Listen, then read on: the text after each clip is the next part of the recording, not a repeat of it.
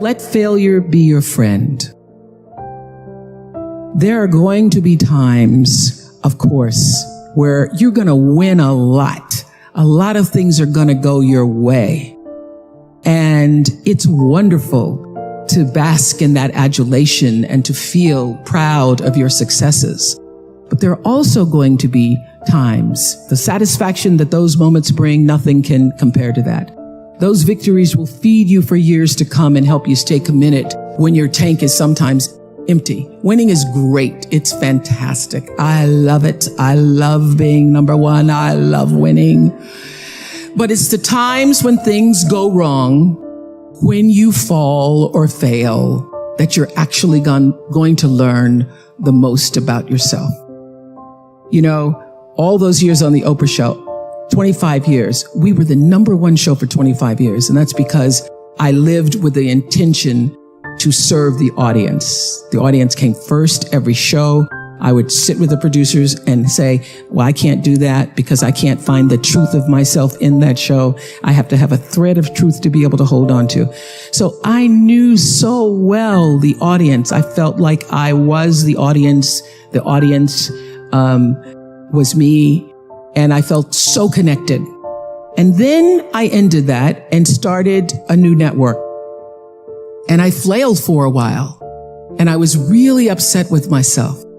But I will tell you that when I was able to shift the paradigm to start to looking at, wow, what I have instead of what I don't have, what I have instead of what I thought I'd lost, I was able to begin to turn things around.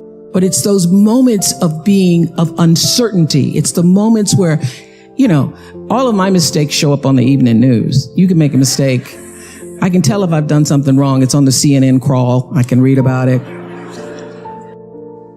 But learning from the moments where things weren't going so great, being able to get still, to connect with that which I know is God, the force, the power greater than myself, and to come back and realize that in order to move forward, you move forward by taking the next right step. You don't have to know everything to do. You don't have to know all the steps to make. Just what is the next right move? It's a big, hard world out there, but you're ready for it. And you're ready because there is nothing more powerful than you using your personality to serve the calling of your soul. Every one of us has been called to the planet to use, and in this moment, in this political moment where everybody is just hysterical, in this moment, the call is for whatever side you choose to be on, to use more of you to bring forth the light. And to do that, you've got to have clarity about who you really are. There is no life without a spiritual life. There is no life without understanding what Pierre de Chardin, the philosopher and mystic, said. We are spiritual beings having a human experience. So your real job as you go out to try to find one and have all of this anxiety and fear, and your real job is to know the truth and to create a spiritual practice that allows you to stay in it. To be clear, I'm not talking about your religion. I'm talking about whatever it is that nurtures the essence of you in such a way that you can do what you came here to do. And one of the reasons why I was able to be so successful all those years on the Oprah show is because I understood there was really no difference between me and the audience. I was a surrogate for the audience because I know that the audience and you and you and you want the same thing I do. We all want to be able to live out the truest expression, the fullest, purest expression of ourselves as human beings. That's what you want. And in order to do that, You've got to practice, you've got to develop that spiritual muscle that allows you to check in with yourself and not have to ask everybody else about a decision, but to have the clarity of your own knowing, the comfort of your own knowing. And to do that, you've got to live in the space of gratitude. That is my number one spiritual practice. I practice being grateful. And a lot of people say, oh, Oprah, that's easy for you because you got everything. I got everything because I practiced being grateful. I ran across this beautiful quote the other day. I can't even remember who it was from, that said, do not waste your time desiring what other people have. Remember, the things that you now have are things you once only hoped for. So I live in that space every day of practicing gratitude, because I know that being grateful wherever you are, whatever place or space in your life, being grateful changes your personal vibration. I was just having a conversation with Sheryl Sandberg the other day about her book, Option B, and we all know she lost her beloved husband, David. And I said, how did you get through it? And she said, by practicing gratitude. I didn't believe it at first, but I started to write down 3 things every day that I was grateful for. I said, oh, I've been doing that for years. Because when you wake up in the morning looking at the world for what you're going to write down or what you're going to state to yourself by the end of the day that you're grateful for, you have a different outlook on life. I'm just waiting on somebody to hold the door, see if that makes the list. Some days you only have, I'm still breathing, because life gets in the way sometimes. But practicing gratitude as a spiritual practice to evolve you, to bring you closer to the truth of knowing who you really are, is one of the most valuable things I have ever experienced. And I do it. I have journals and journals and journals and journals filled with 5 things a day. If you don't believe me, just for a moment, do this. Close your eyes. Everybody in here. We're going to do this for 5 seconds. You're going to inhale, and on the exhale, just say, thank you. Inhale. Exhale. Do it one more time. Let whatever you're most grateful for in your heart in this moment just rise to the surface. Deep breath. Thank you. Open your eyes. Don't you feel better? You feel better. Researchers have shown that if you can just for 17 seconds a day, bring yourself into the space of presence and gratitude, you literally change your vibration. If you can't give yourself 17 seconds, then you don't deserve a good life. You can't give yourself 17 seconds to breathe and say thank you, then just let whatever happens to you. In 1964, I was a little girl sitting on the linoleum floor of my mother's house in Milwaukee, watching Anne Bancroft present the Oscar for Best Actor at the 36th Academy Awards.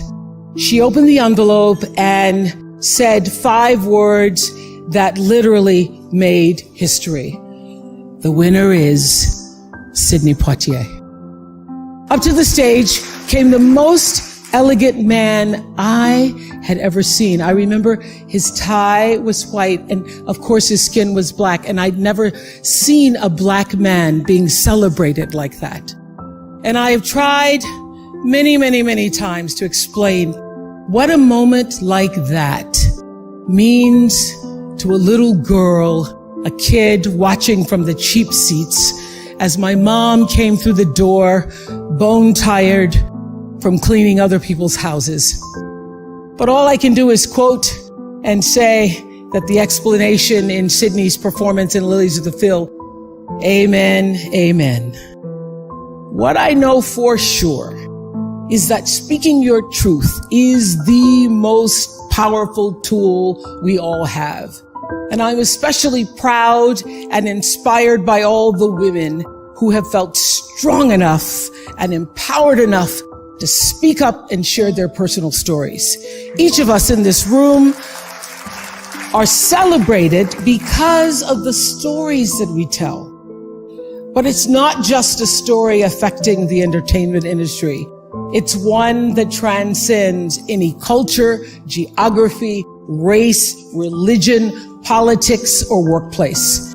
So I want tonight to express gratitude to all the women who have endured years of abuse and assault because they, like my mother, had children to feed and bills to pay and dreams to pursue. They're the women whose names we'll never know. They are domestic workers and farm workers. They are working in factories and they work in restaurants and they're in academia and engineering and medicine and science. They're part of the world of tech and politics and business. There are athletes in the Olympics and there are soldiers in the military. And there's someone else, Reese Taylor. A name I know and I think you should know too. In 1944, Reese Taylor was a young wife and a mother. She was just walking home from a church service she'd attended in Abbeville, Alabama, when she was abducted by 6 armed white men, raped and left blindfolded by the side of the road, coming home from church. They threatened to kill her if she ever told anyone. But her story was reported to the NAACP, where a young worker by the name of Rosa Parks became the lead investigator on her case. And together they sought justice. But justice wasn't an option in the era of Jim Crow.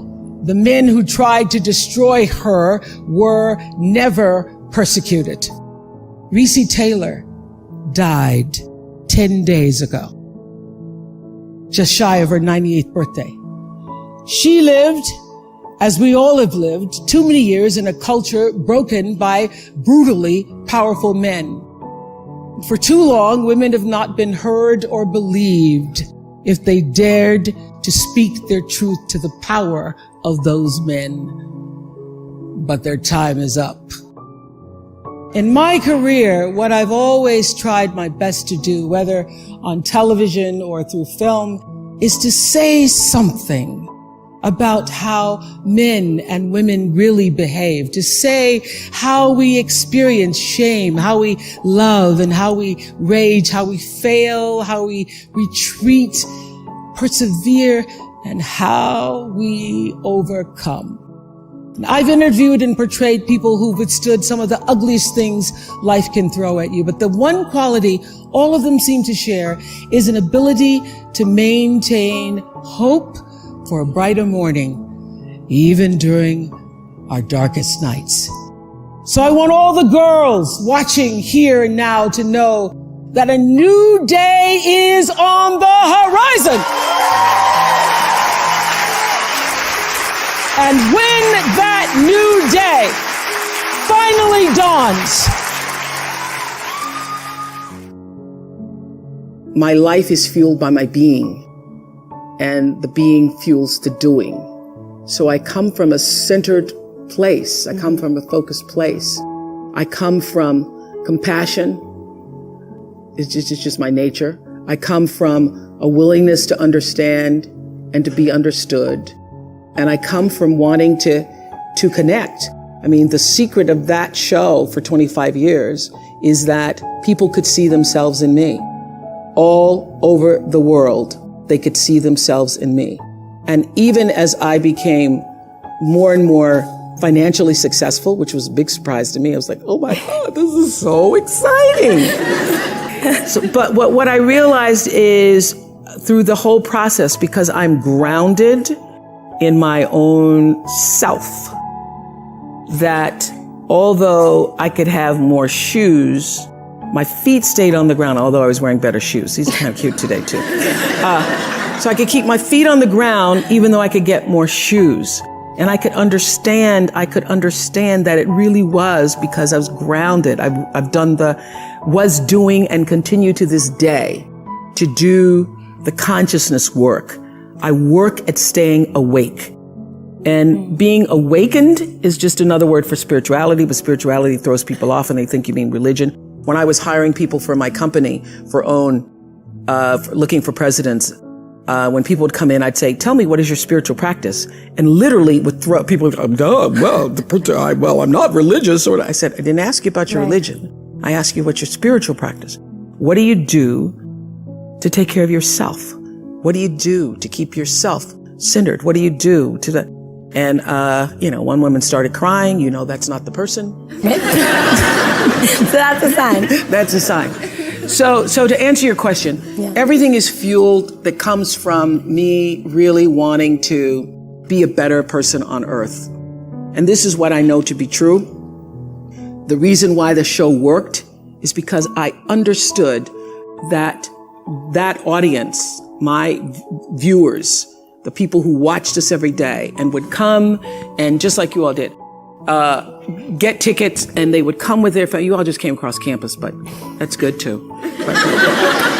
But people would come from all over the world just to be there with their aunts and their mothers, and they'd come with their cousins, and there'd be a few men in there going, what the hell? Or saying, well, I went to Oprah with you. I went to Oprah. Said, at least give me clear for 3 or 4 weeks. I went to Oprah with you. I had such regard for that. And I just had a conversation with John Mackey, who runs Whole Foods, and has written this fabulous book. You should get it, called Conscious Capitalism. And he was talking about how the investment in the stakeholders, the people who you are serving, that connection between the people who you're trying to serve and sell to, is equally as important as the people who you're buying from, equally as important as the people who are, supporting you financially, as your stockholders if you are, a public company. So I always understood that there really was no difference between me and the audience. At times I might have had better shoes, but at the core of what really matters, that we are the same. And you know how I know that? Because all of us are seeking the same thing. You're here at this fabulous school, and we'll go out into the world and each pursue based upon what you believe your talents are, what your skills are, maybe your gifts are, but you're seeking the same thing. Everybody wants to fulfill the highest, truest expression of yourself as a human being. That's what you're looking for. The highest, truest expression of yourself as a human being. And because I understand that if you're working in a bakery and that's where you want to be, and that may be what you've always wanted to do, is to bake pies for people or bake cakes for people or to offer your gift, then that's for you. And there's no difference between you and me, except that's your platform. That's your show every day. So my understanding of that has allowed me to reach everyone. And there's no way that you wouldn't, because that's what I truly feel. Nobody's journey is seamless or smooth. We all stumble. We all have setbacks. If things go wrong, you hit a dead end, as you will. It's just life's way of saying, time to change course. So ask every failure. This is what I do. Every failure, every crisis, every difficult time, I say, what is this here to teach me? And as soon as you get the lesson, you get to move on. If you really get the lesson, you pass and you don't have to repeat the class. If you don't get the lesson, it shows up wearing another pair of pants or skirt to give you some remedial work. And what I found is that difficulties come when you don't pay attention to life's whisper, because life always whispers to you first. And if you ignore the whisper, sooner or later, you'll get a scream. Whatever you resist persists, but if you ask the right question, not why is this happening, but what is this here to teach me? What is this here to teach me? It puts you in the place and space to get the lesson you need. My friend Eckhart Tolle, who's written this wonderful book called A New Earth, It's all about letting the awareness of who you are stimulate everything that you do. He puts it like this. He says, don't react against a bad situation, merge with that situation instead, and the solution will arise from the challenge. Because surrendering yourself doesn't mean giving up, it means acting with responsibility. Okay, many of you know that, as President Hennessy said, I started this school in Africa. And I founded the school where I'm trying to give South African girls a shot at a future like yours. And I spent 5 years making sure that school would be as beautiful as the students. I wanted every girl to feel her worth reflected in her surroundings. So I checked every blueprint. I picked every pillow. I was looking at the grout in between the bricks. I knew every thread count of the sheets. I chose every girl from the villages, from 9 provinces, and yet last fall, I was faced with a crisis I'd never anticipated. I was told that one of the dorm matrons was suspected of sexual abuse. Well, that was, as you can imagine, devastating news. First I cried, actually I sobbed for about a half an hour, and then I said, let's get to it. That's all you get, is a half an hour. You need to focus on the now, what you need to do now. So I contacted a child trauma specialist. I put together a team of investigators. I made sure the girls had counseling and support. And Gail and I got on a plane and flew to South Africa. And the whole time I kept asking that question, what is this here to teach me? And as difficult as that experience has been, I got a lot of lessons. I understand now the mistakes I made because I had been paying attention to all of the wrong things. I built that school from the outside in, when what really mattered was the inside out. So it's a lesson that applies to all of our lives as a whole. What matters most is what's inside. What matters most is the sense of integrity, of quality, and beauty. I got that lesson. And what I know is that the girls came away with something too. They've emerged from this more resilient and knowing that their voices have power. Having compassion for other people is at the top of that list. I would say commitment is at the top of that list. And also a spirit of constructive engagement. And by compassion, I don't just mean sympathy. It certainly isn't pity. It's being present, and it's also feeling with other beings. You know, during the years of the Oprah show, I interviewed over 37,000 people one-on-one. But during all those years of talking to over 37,000 people one-on-one, I could feel what they were feeling so strongly. Sometimes it made me sick, literally. So I had to learn how to feel how others were feeling, feel with others, which is what it means to be compassionate, to feel with others without taking in all of their stuff. Being compassionate means I feel with you. It is one of the greatest qualities in the world to have if you're going to be majoring in what it takes to be a great human being. I feel with you means I not only am willing to walk in your shoes, it means my heart beats with yours. It means I see myself in you. It means I may not have shared that circumstance, but I know what heartbreak feels like. I know what pain feels like, and all pain is the same. It means I can feel your will to want to do better and be better. And I feel and I am with you. In spite of everything that's happened to you, I feel your need to rise. I want to help you rise. I want to rise with you. So many people are worried about building a brand. I hear kids on social media talking about their brand. And I used to really resent the word when people would say to me, oh, you have this brand, because I never even thought about a brand. I just thought about day in and day out, making the best right choice for me.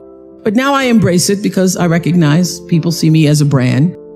But for me, it's not a business. It is a question of what do you stand for?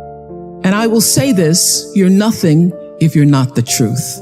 So I've made a living I've made a living. I've made a life. I've made a fortune, really. It's fantastic. All good from being true to myself. And that's if I could leave you with any message today, that is it. The biggest reward is not financial benefits, though it's really good. You can get a lot of great shoes. But those of you who have a lot of shoes know that having great shoes and a closet full of shoes or cars or houses or square footage doesn't fill up your life. It doesn't. But living a life of substance can. Substance through your service, your offering of your whole self. And the baseline for how do you live a life of substance is whatever is the truth for you. What do you stand for? I think some people think that, or under the impression that I was born empowered, that I was born coming out of the womb, ready to interview a Klansman. Then cut to commercial. We'll be right back. But the truth is, I know very well what it's like to be marginalized, to be told either subtly or quite directly that my contribution isn't or wasn't welcome, that my face was invisible, and that my needs were an affront. So back when I was doing the news in Baltimore, I asked to be paid the same as my co-anchor, who did exactly the same job as I was doing.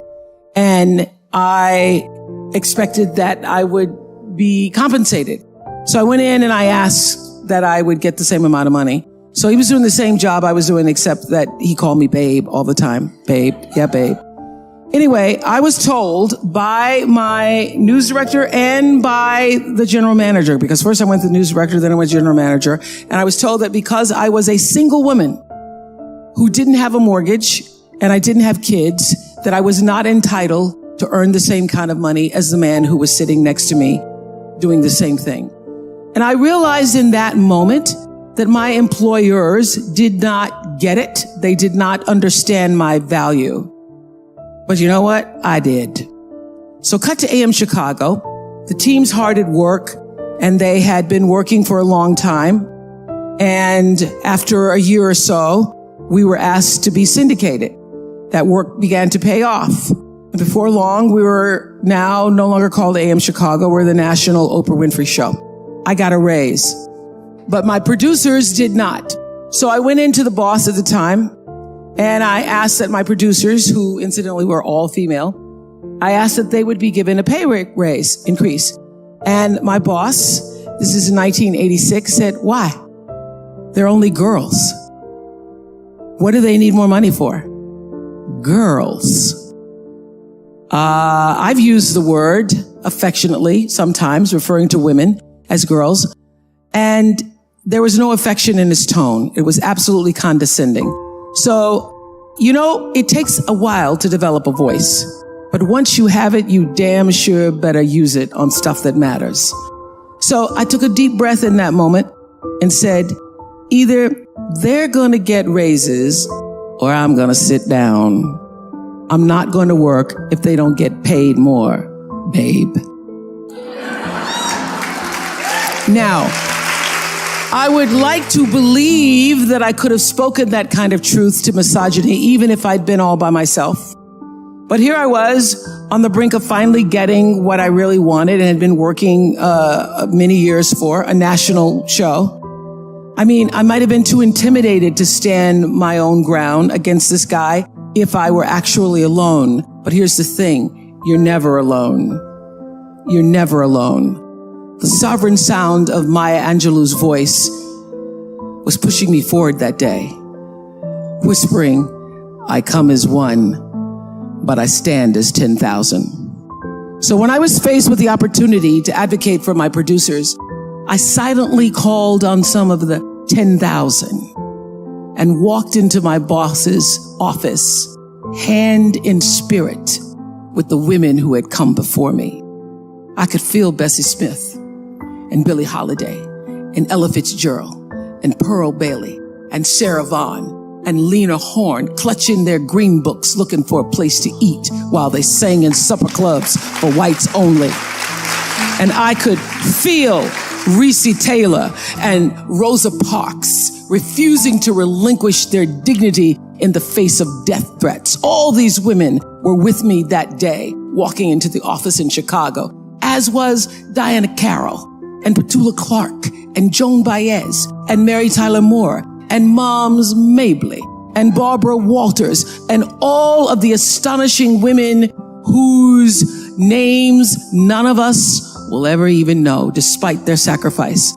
And I'm pretty sure I even heard Shirley Chisholm urging me on with this thought: if they don't give you a seat at the table, bring a folding chair.